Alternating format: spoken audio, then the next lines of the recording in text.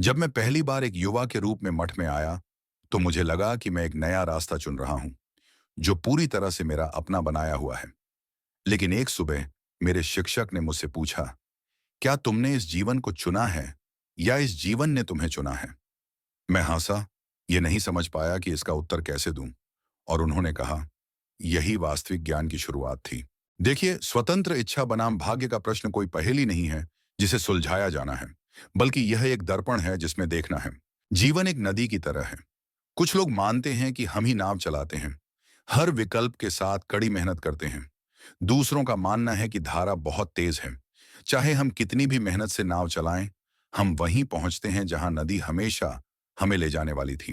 तो यह कौन सा है? मैं यह समझ गया हूं कि हम केवल यात्री नहीं हैं, न ही हम पूरी तरह से नियंत्रण में हैं। हम एक शानदार लय में नर्तक हैं, अपने कदम चुनने में सक्षम हैं, हाँ, लेकिन एक ऐसे गीत पर नाच रहे हैं जिसे हमने नहीं लिखा है।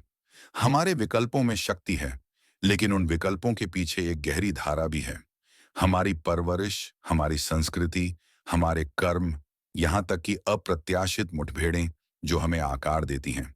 मुझे याद है कि एक पतझड़ की सुबह मैं पत्तियों को झाड़ रहा था। मैं उस दिन गुस्से में था, अपने द्वारा लिए गए एक निर्णय पर गुस्सा, जिसने मुझे दर्द दिया। मेरे शिक्षक आए और बोले, तुम इसलिए गुस्सा हो क्योंकि तुम्हें लगता है कि तुमने गलत चुनाव किया। लेकिन क्या होगा अगर वह दर्द तुम्हारे रास्ते का हिस्सा था? क्या होगा अगर यह तुम्हें ऐसी जगह ले जा रहा है जहां तुम अभी तक नहीं देख सकते? उस एक विचार ने सब कुछ बदल दिया।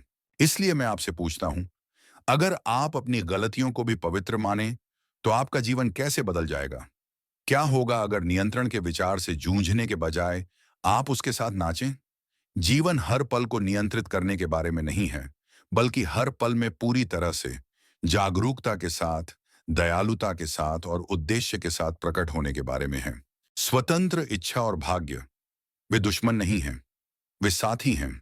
भाग्य अवसर ला सकता है, लेकिन यह आपकी जागरूकता है जो आपको उन्हें पहचानने की अनुमति देती है। आपका अनुशासन आपको उन पर कार्य करने की अनुमति देता है, और आपका दिल जो उन्हें अर्थ देता है। अंत में, चाहे ज्योति जलाने के लिए बनाई गई हो या आपने इसे अपनी इच्छा से जलाया हो, यह फिर भी प्रकाश देती है। इसलिए निश्चितता का इंतजार न करें, इरादे के साथ जिए। प्यार चुनें, विकास चुनें, उपस्थिति चुनें, क्योंकि शायद यह कभी भी यात्रा को नियंत्रित करने के बारे में नहीं था, बल्कि एक ऐसे व्यक्ति बनने के बारे में था जो इसे शालीनता के साथ पूरा करता है। और अब मैं आपसे पूछता हूं, क्या आप अधिक मेहनत से नाव चला रहे हैं या नदी की आवाज सुनना सीख रहे हैं?